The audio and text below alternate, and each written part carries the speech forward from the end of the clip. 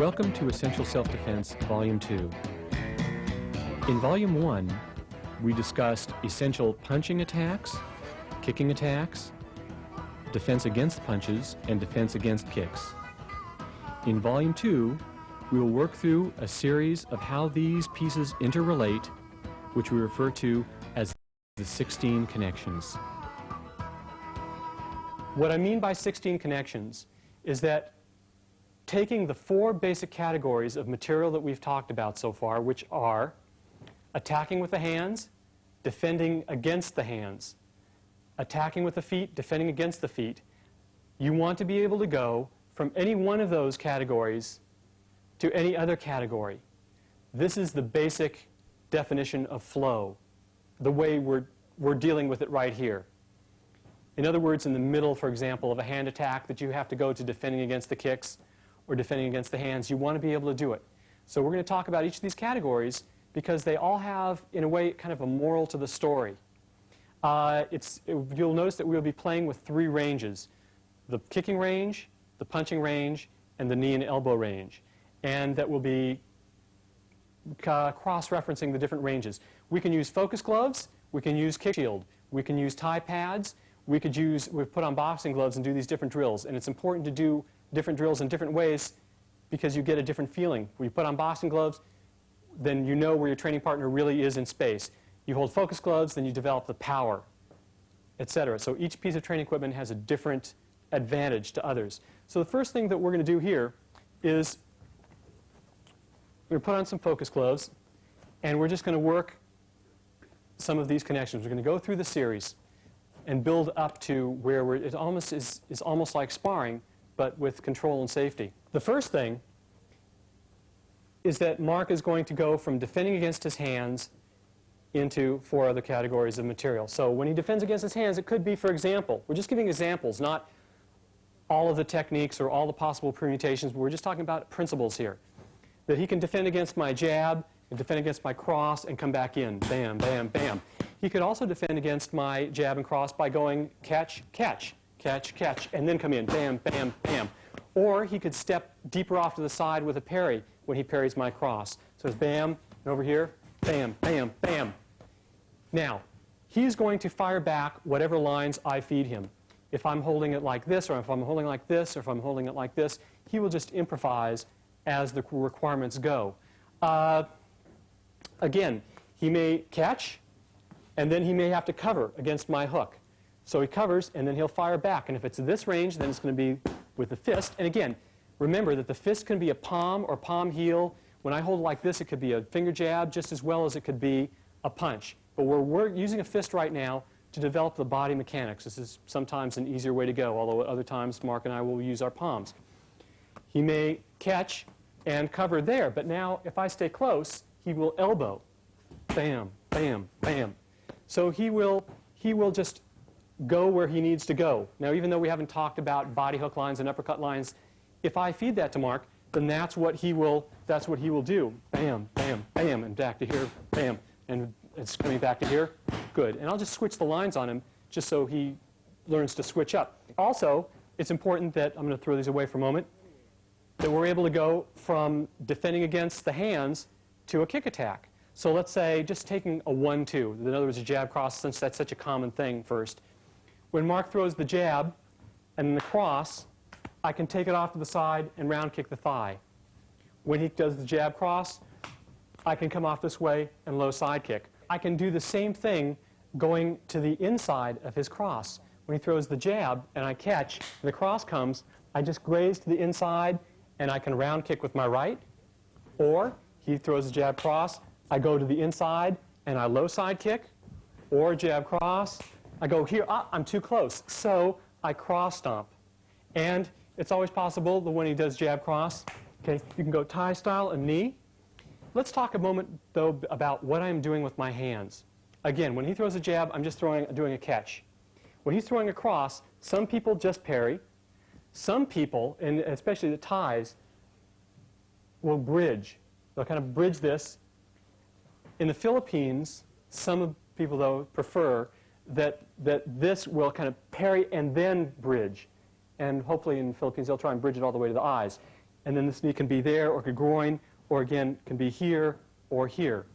The point being that you can go back to the inside or the outside to counter the hands with feet. If, however, he's throwing, let's say he throws his right hook at me, and I find myself bang in here, if I did or didn't hit, then I would tend to go with knees or stomps.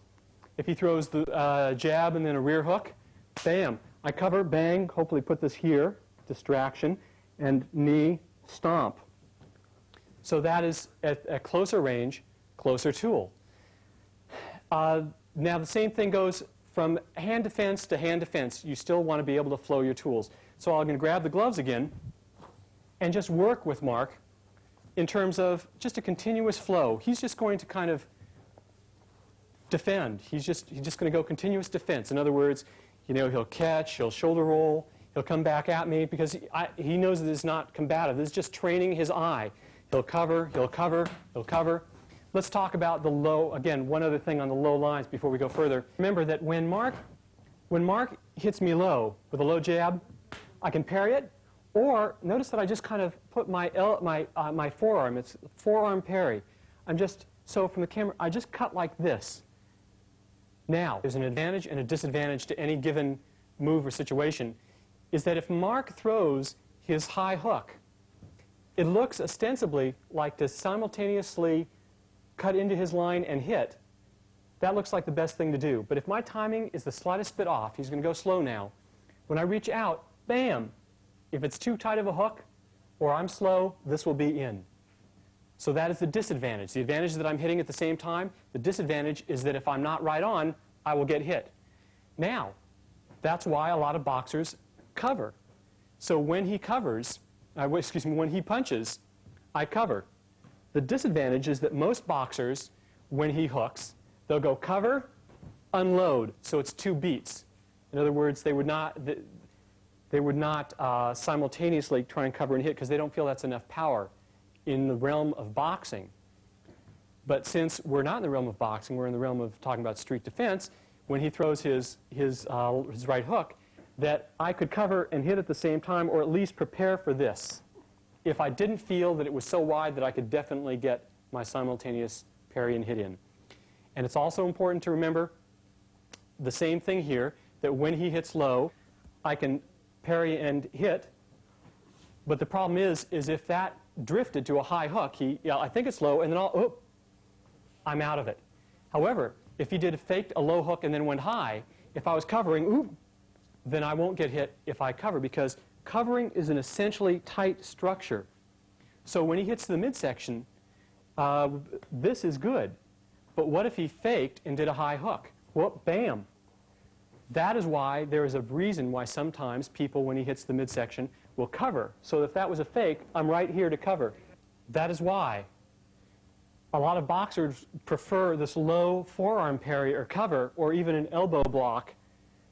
When he hits low with his low jab, they'll cut with this line, because if that was a fake to a high hook, bam, then they're right there. The hands are right there, and they're not dropping their hand away, opening this line.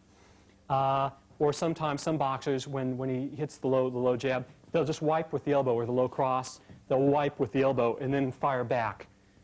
So there's a time and a place.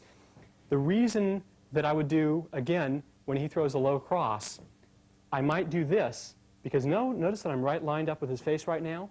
But if I saw it at the last instant, then I might go, oops, here, an elbow block, and I will be very aware of where that rear hand is in case I did not get my shot in before he started to fire, in which case I would have to defend against that shot. So we always got to be aware of all the other tools are. That's why I kind of look in the center here rather than trying to do this kind of staring at the eye psycho number. So now what we'll do is just flow the training in terms of just working on the hand defense. So I just feed Mark lines, and it just develops his eye. Now remember, he is going to be defending, and not hitting back unless it's an overtly wide line, which he will corner, because we're just trying to work on defense and his eye and keeping his awareness that when, let's say, he covers here, that he may have to cover against this one. When he covers here, he may have to cover against this one. That when he covers here, he may cover in the middle section here, Or when he covers here, he may shoulder roll now, going back to the shoulder roll. And he just keeps on defending against the lines, just kind of learning to just kind of just parry and covering the lines and just kind of going there from hand defense to hand defense. This is, again, not because we say you should just keep defending in a fight, but to develop that aspect of things. And then we add on the kicks. So that when we're over here, come a little bit closer. When we're over here, he defends against the hands, and he's aware of defending against the feet. Bam, he defends against the feet. He comes back in. He defends against the hand. I come in with a foot. Okay, I come in here, come back in here. And I'm just going to sometimes, at first, go a little bit slower. And then I'll pick up the speed as we go along. And get a little bit tighter. Good. And notice that he brought that hand in because instinctively he's just looking for the opening. I come give him this opening, give him over here, comes back in. Maybe even I go for his shin, and he'll just drop that leg back just out of the way. Bang, comes back into the hand defense. So going back and forth, so he has to be aware of hand and foot defense. So he can't just focus on the hands, can't just focus on the feet. He has to be aware of high and low. Now, it's important to remember, though, too, that if he had thrown his hook, for example, and I'd covered or I'd cornered, and he starts to say, try and knee me with his rear knee, I can jam. You can jam on that shoulder. Also, what you can do is that when, let's say, this hook comes, and I'm here covering, and he tries to knee me in the thigh or the groin, again, you can jam it with your own knee, which is more of a kind of a stop hit, really, when it comes back to it. And it's important to remember that that when he throws his jab, let's say, and I'd moved out of the way, or I'd come out of the way here, that this hand can come down into scooping this way, or that when the punch came, if I was here and the kick comes, that I'm automatically aware of how my hand from one defense can go to any other defensive line. Now let's look at another group of issues. Okay, we're going to focus now on the first issue being hand attack. The last four issues were all starting with defense against the hands and then going to various different areas. Now we're going from hand attack to hand defense to kick defense. It's important to remember, too, though, when we're talking about tools, you don't have to be limited, that's one of the themes, to a particular form. So that even when Mark throws his rear hook, we're talking about something that looks like boxing, but this is where headbutts can come in. And if you do headbutt, then you make it, the top of the head here is much more easy to do in terms of it's less painful. This is thick bone, but it's also more nervy. It's painful. So get the top of your head to his nose or the temple or the side of the jaw. Try not to get the middle of your face, like they do in movies, it seems these days, to the middle of his face. That's how you would headbutt. So what I'm going to do is grab the gloves again, and we're just going to work the hand attack. And it's going to be constantly switching lines. And I will make him miss periodically so that he feels comfortable missing a target and readjusting to the new line, just like, guess what, like happens in reality. Things are not usually clean, and that's one of the things that I want to emphasize here, is that things are always have to be constantly adjusted to. Fighting is one big contingency plan. If this happens, if that happens, you go to the next thing, it doesn't work, oop, I'm over here, and you flow with it. Flow means staying in the superior position and adjusting to situation constantly. So I'll make him miss so that he feels completely comfortable missing and readjusting the lines. So he goes from hand attack, bam, bam, bam, and I'll give him a different line here, bam, bam, bam. Give him a different line here, bam, bam, and whoop, over here, bam, bam, and so whoop, so down here, and whoop, it's over here, bam, bam, and it's up, it's over here, bam, bam, bam. So I just keep feeding him different lines. Now, also in that, notice that he's using his fist because that's just an easy thing to do right now. Other times he'll use his palm. Other times I will force myself in at him, and he will immediately adjust into elbows. He can either move away with his footwork and keep at punching range, or he'll just go ahead and adjust to elbow range. So we're in here, going here, bam, bam, bam, and all of a sudden it comes in, bam, bam, bam, back out to punching range, bam, and over here, bam, bam, back into elbows, bam, bam, bam, bam.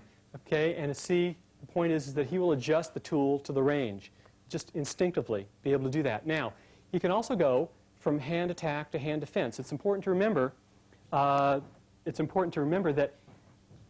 you can go from any punch to any kind of line. it's important that when I hit Mark with my jab, that I'm aware that if he throws his right hook at that point, bang, that I can cover.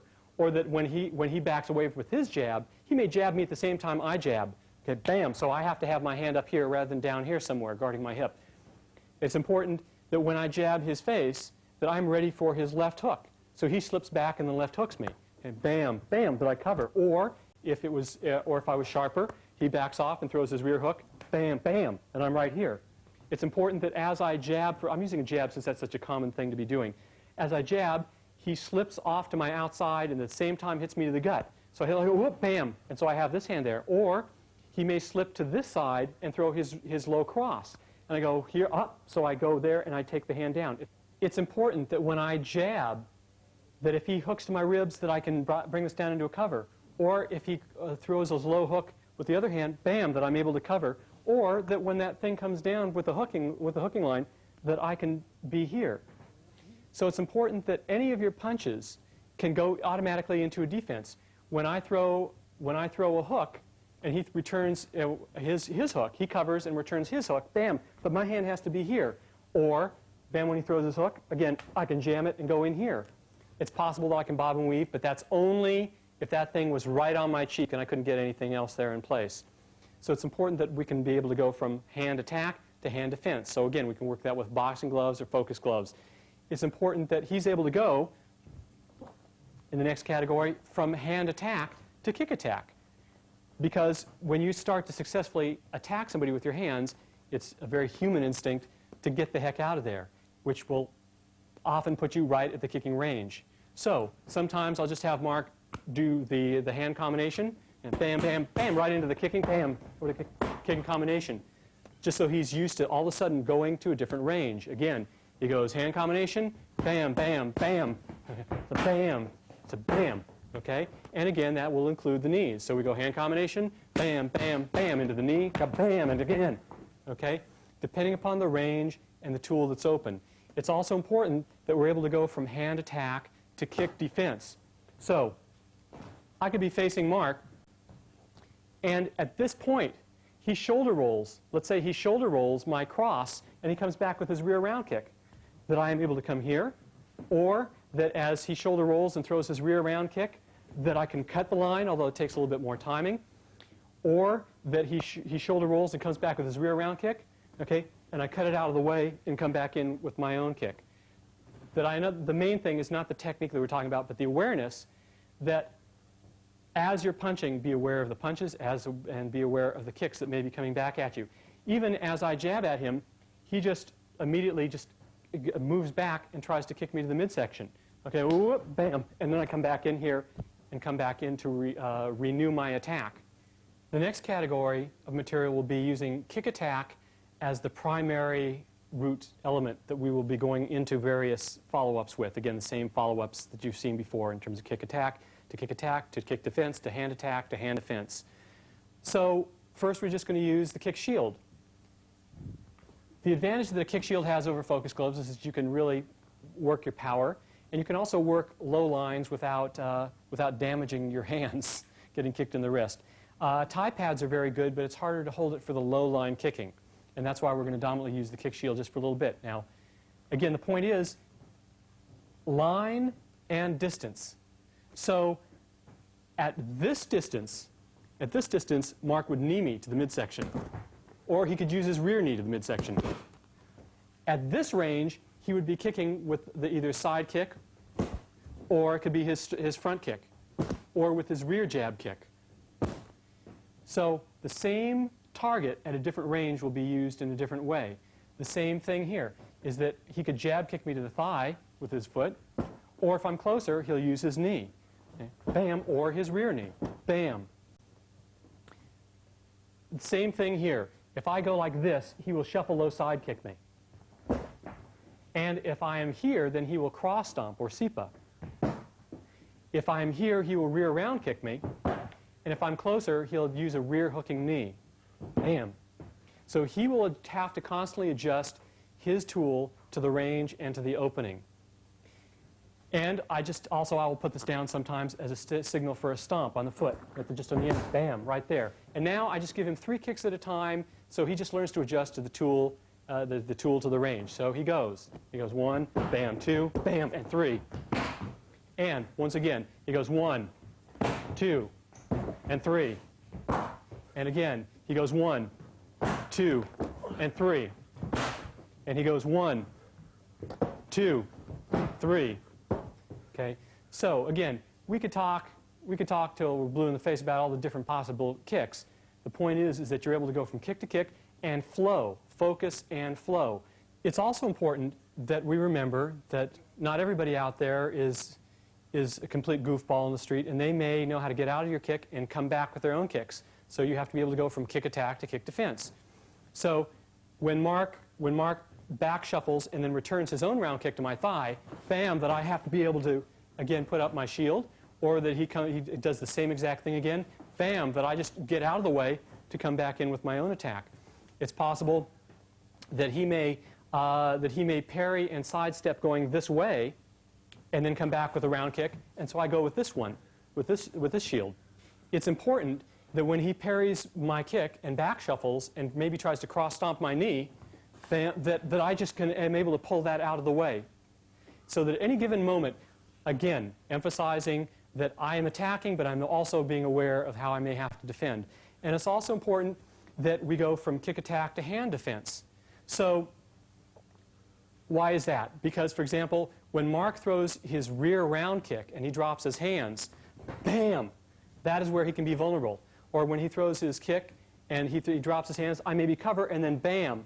In other words, the time when most people are most vulnerable to counterattack is when they are attacking you, because most people are so focused on their attack that they forget to defend themselves.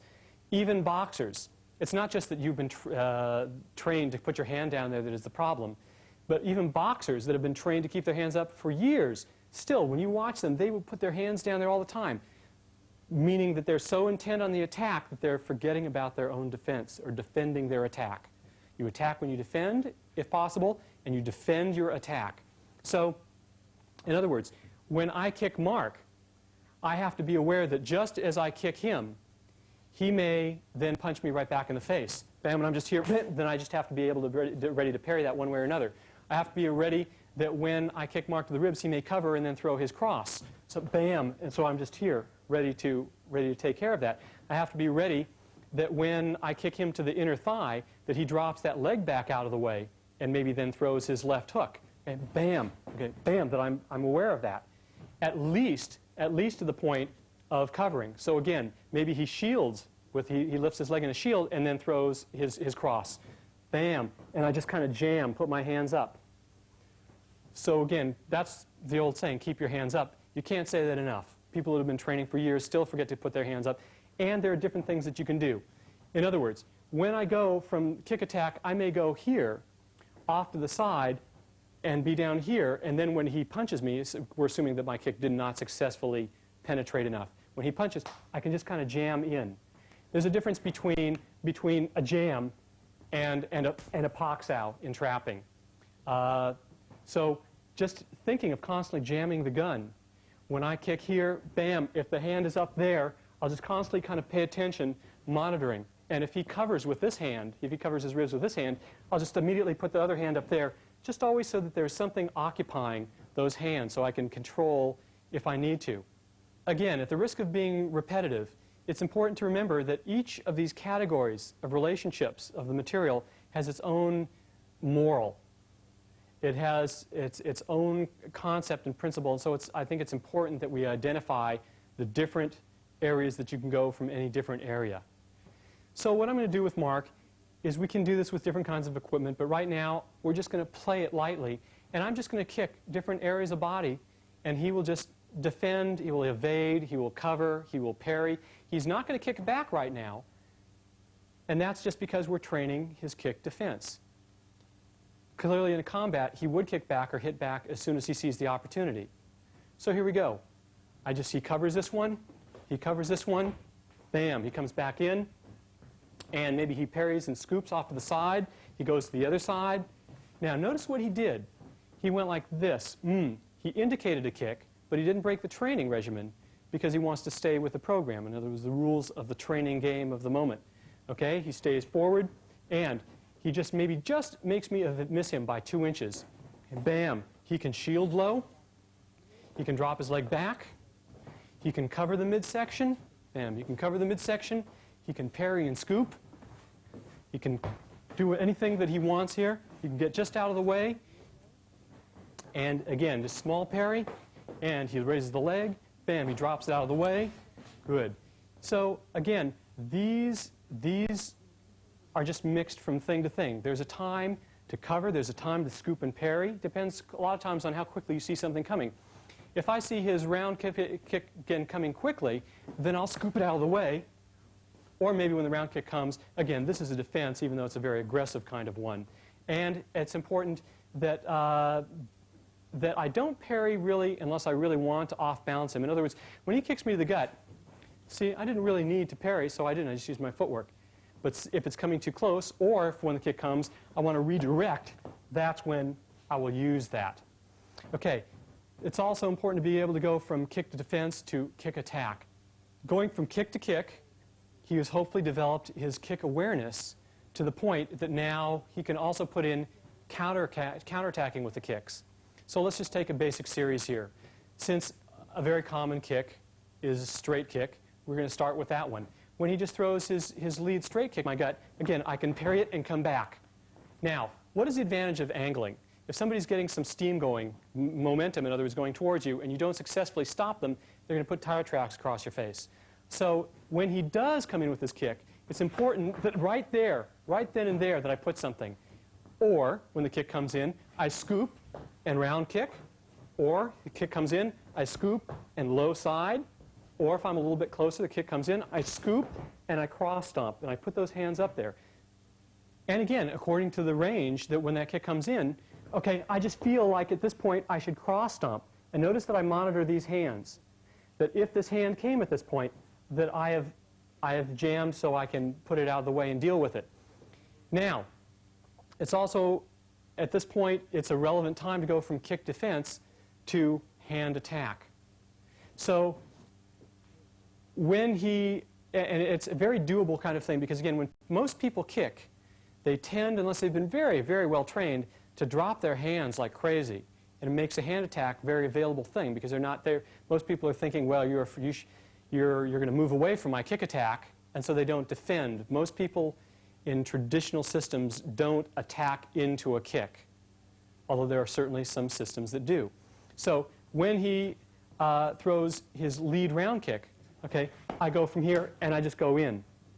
Or when he throws, again, the hook kick to the ribs, I could scoop it and go into kick attack. Or, when as in the last category, or when the thing comes in, I can scoop it and say, oh, I want to go in. Bam, bam, bam. So it just depends on partly whimsy, partly luck, partly what you want to do, partly where you find yourself. Again, when he comes in with his straight kick to the groin, because bam, just off here. Because if the hands are down, I just scoop off and I'm right here. Or the kick comes to the ribs, I can cover, bam, and just come right back in. If you see the opportunity, that you just kind of go for it, although it's a little bit bolder than just kind of staying away. And it's important that I'm able to go from kick defense, to hand defense. So that means that when he throws his kick, that he to the midsection, that I don't go like this because bang, I'm going to get nailed. It's important that when he throws, and we're talking about a kick to the midsection since that's such a common thing. Again, it's important that he can kick to the inside of my shin. We've talked about that in dealing with low kicks, which are easier to pull off. But the average person in the street that doesn't know how to kick, and if I said to them, how do you kick? They would throw a kick like that, or they would lift kick like that. They wouldn't throw a sophisticated kick. And the most common kicks are you're going to get are round kicks, or hooking lines, and straight kicks. And that's why we're kind of emphasizing that. So again, when he throws the kick, as soon as my hand, if I do parry, this one has to be here ready for this hand or the other hand. And again, if I scoop with my left when the kick comes in, I have to be ready to kind of drive this off this way to come in, or again be ready to defend. And if the kick comes and then he throws his right hook, that I'm just ready to cover, or that when the thing comes in, if right at that moment I was unprepared and that hook comes, that's, again, when I can bob and weave, although we would prefer that when the kick comes and then he right hooks, bam, that we're just right here, ready. Or something that's going to be more aggressive. The more aggressive, the better. And by aggressive, I just mean hitting. That doesn't mean necessarily have to be vicious. Okay, so again, kicking, defense to hand defense, being aware of how that can work. And a lot of times that will be kind of a jamming kind of thing. When he throws the straight kick, okay, here, see, you can just beat it to the punch right there. Or, again, that when you can move in or you can move out when you defend. So when the kick comes, then the hand comes, okay, bam, and you just kind of move out of the range. He comes in with a hook kick followed by a jab cross, okay, bam, bam, bam, just back into the hand defense that you're comfortable with. But it's important that in the computer center, that in the files, in the neural pathways, that you have done specific training saying, okay, kick defense to kick defense, work that for a while, then kick defense to kick attack, then to hand attack, then to hand defense. Okay, let's go into the next concept here. Let's just kind of put it all together.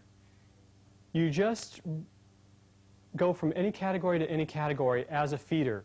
Make sure that your training partner is having to go from any one thing, such as hand defense or kicking or attacking with the hands or feet, to being able to go to anything else. You do it not so fast. You want to let him get the groove. You do it fast enough so that he has to really pay attention, but slow enough so that he's able to pull it off most of the time. And then when he's able to pull it off most of the time, then you just speed it up a little bit more. And then you can add more material. So right now we're going to use the focus gloves because this is the easiest thing to do most things with. Other times we will use tie pads. Other times we'll use kick shield. Other times we'll put boxing gloves on and just play these things around. This is the way we're going to show it for right now.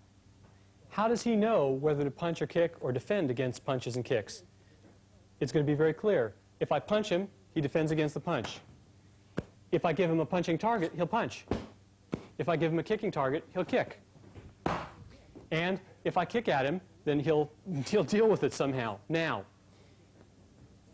he can take the targets I give him, but he can also, if we have rapport, he can, at any point, when he, let's say, does a cross hook cross, okay, bam, bam, bam, he can touch my leg with a rear round kick, okay, because he sees the target. He doesn't always have to wait for me to give him the targets.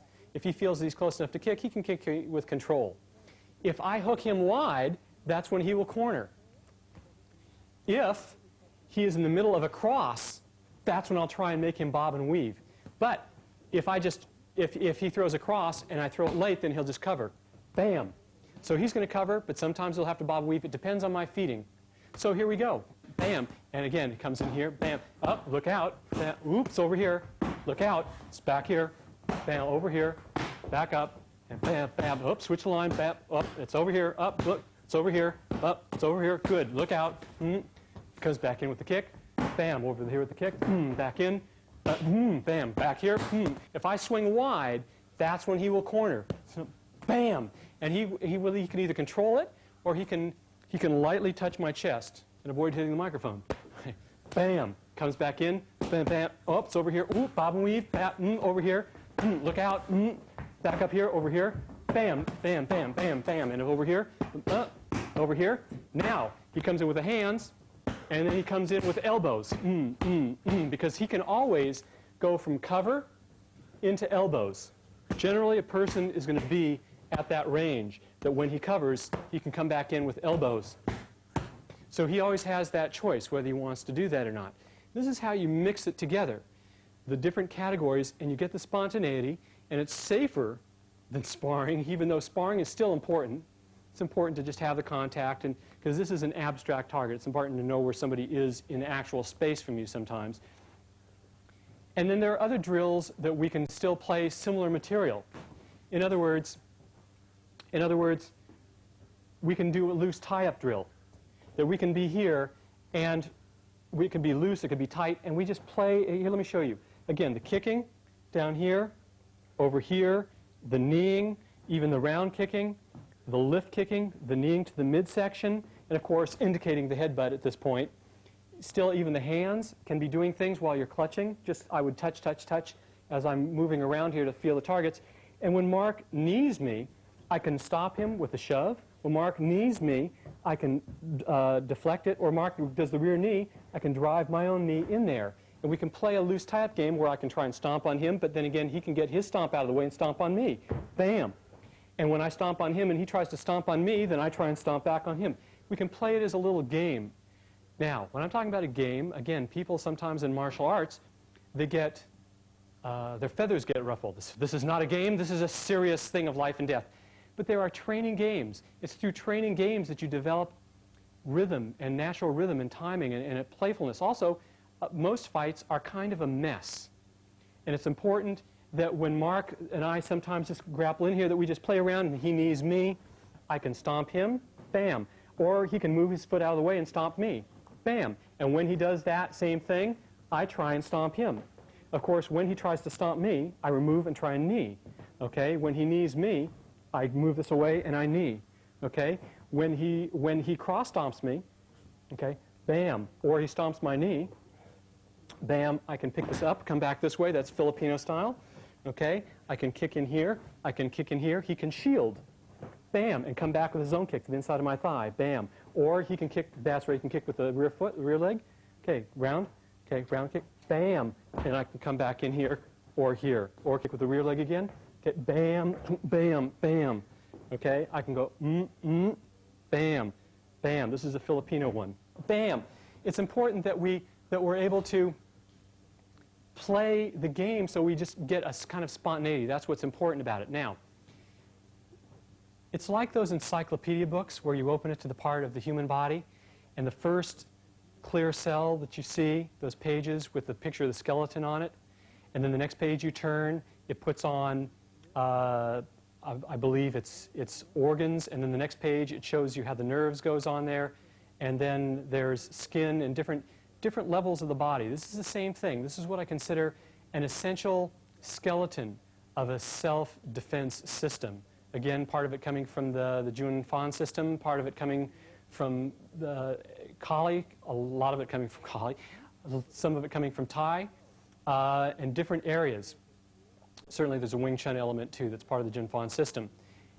And that on this, once you have kickboxing timing, once you can deal offensively and defensively with kicks and punches, then you can more easily and efficiently accomplish any other method that it is that you like. For example, taking a basic Panantukan drill that Mark and I work with, bam, bam, bam. This is just jab, catch drill. It looks like boxing. Okay, again, bam, bam, bam. But on that, working with that timing, we can work with the nerve hitting so that, again, he fires bam, bam, and whoop, with a nerve hit. Let me show you that slow. Let's bam, bam, nerve hit here to there, back to here. And then if you want to go into the locking, then you can go into the locking. Or, again, nerve hitting on the other side, bam, bam, get nerve hit here to here, and then coming in with the trapping. Or it can be into the trapping, bam, bam, to here. And again, if he blocks the other hand, that's when you come back in with the other situation. Again, there are sensitivity drills in many different systems. So, for example, this is a Lap Sao Gua Choi drill from Wing Chun. We can go over here into Lubud, which is from Filipino systems. Okay? There are many different ways that we can go about things in different systems, both Filipino and Chinese, or whatever system that we've studied. But the point being, where does that fit in with the kickboxing structure? You need the kickboxing timing to bridge the gap into that. So when Mark is throwing jab cross, I can get out of the way here, but then also when he gets out of the way, and maybe I come in, if he blocks this, and that's where we have the relevance. And you get the timing from these kinds of drills. Or maybe when he does jab cross, and then here we are in the Lubud drills. But coming from the kickboxing timing. Again, we're doing a jab catch drill again to develop time. Bam, bam, doing jab catch drill. Okay, jab catch drill, develop time, bam, bam. Okay, to get the timing of these things. And then, ultimately, we just do the same things that we were doing with the kickboxing structure. We can go from a Chinese system to a Filipino system, and if we knew this is still Filipino, even though it looks like push hands, to any different kind of system, because there are common reference points between them. But the main thing is once you have the kickboxing timing, then you know how to enter it in to with somebody's rhythm, hands and feet. And again, when he were going back to the jab catch drill, he goes jab, bam, bam, and then entering to find the sweep. But I wouldn't be able to necessarily find that sweep if I had never experienced finding the rhythm of a jab. And this is one of the important points of Jeet Kune Do concept. I'm stressing the word concept here, is that it's about the relationship of different approaches and arts, and how, for example, boxing can offset wrestling, wrestling can offset boxing, and how different things blend together to cultivate a whole that is greater than the sum of the parts. And I would encourage you to do your own research, play with this material. What is useful to you, I'm glad. What is not useful to you, throw it away. And hopefully add what is specifically your own. I think people are familiar with these concepts at this point. Anyway, thanks for being with me, and have good training. Let's review the basic concepts that we used relating this material in this tape. The first category all starts with hand defense. In the first case, we follow hand defense, or various hand defenses, with hand attack. This is the most common thing that can occur in a street situation. In the second case, we dealt with hand defense, again, various kinds of hand defense against various hand attacks, and returning with kick attack. This is often available when somebody is not aware of defending against kicking while they're attacking, which is often the case, and with the use of proper footwork. The third scenario was defending against the hands, and then defending against the hands again. This is primarily to learn to train the eye and keep tight defenses for when somebody is barraging you with a series of different strikes and you don't immediately find a way to counterattack. In the fourth scenario, it was hand defense to kick defense. This is just to train us to expand the range of our awareness and our defenses. For again, when somebody is doing a hand and foot barrage, to not be so focused on the hand defense that we forget about defending against the kicks. Next, we worked going from hand attack to various scenarios. We went from different hand attacks first, followed up by changing the line to different hand attacks. This is just to learn to flow as the openings occur and as the lines change. In other words, the different opportunities present themselves. We then went from hand attack to hand defense, because one has to be aware of defending while one attacks, or else one is liable to be countered easily. The next scenario was going from hand attack to kick attack.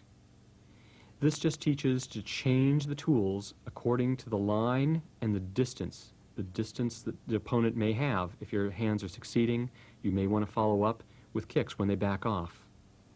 We then followed up with hand attack to kick defense, because it's important that when one is attacking with the hands, that one remembers that one can be vulnerable to kick attack.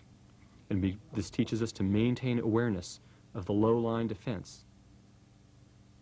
We then started a series dealing with initially kick attack. And first we went from kick attack to kick attack, just so that one understands that at the kicking range, if the range is not changing, that your tools and the targets still may change at that range. We followed that with kick attack to kick defense, because, as the saying goes, what comes around goes around. And you have to be able to shift gears, in other words, from an attacking mode back to a defending mode while staying at the kicking range. That was followed by kick attack to hand defense. This is important because one has to remember to keep the hands up to counter somebody that rushes in or is looking to a counterattack. Somebody like a boxer, somebody like a wrestler may charge into your range. Then we followed that with kick attack to hand attack. This is also a common scenario in a street situation, with the understanding that you may enter at the longer range and then follow up at the closer range. Then our final series of 4, first kick defense to kick defense.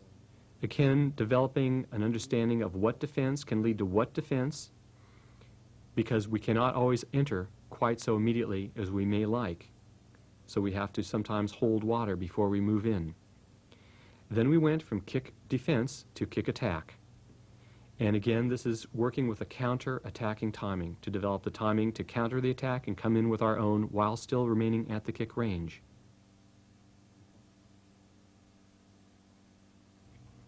We followed that with kick defense to hand attack. Again, especially when you crash past the kick range, if you need to move in or you see the opportunity, particularly when a kicker drops his hands, which is a common scenario. The final scenario was kick defense to hand defense. And that's because your opponent may kick, which you may defend, and then come in with the hands before you have a chance to counterattack with either hands or feet, in which case you should have your defenses and your awareness intact. Finally, we showed freelance, where the feeder, if you're using, say, a tool like focus gloves, will feed either a hand attack signal or combination of signals, a kick attack signal, or you will simply attack with a kick or a punch. And you will constantly mix, going from any attack with hands or feet to any defense with hands or feet, the way you feed your opponent. This leads to a really high degree of flow, which then you can use to enter into any other methods that you prefer, such as locking or trapping or nerve hitting. And that completes the tape. Thank you for being with us, and keep on training.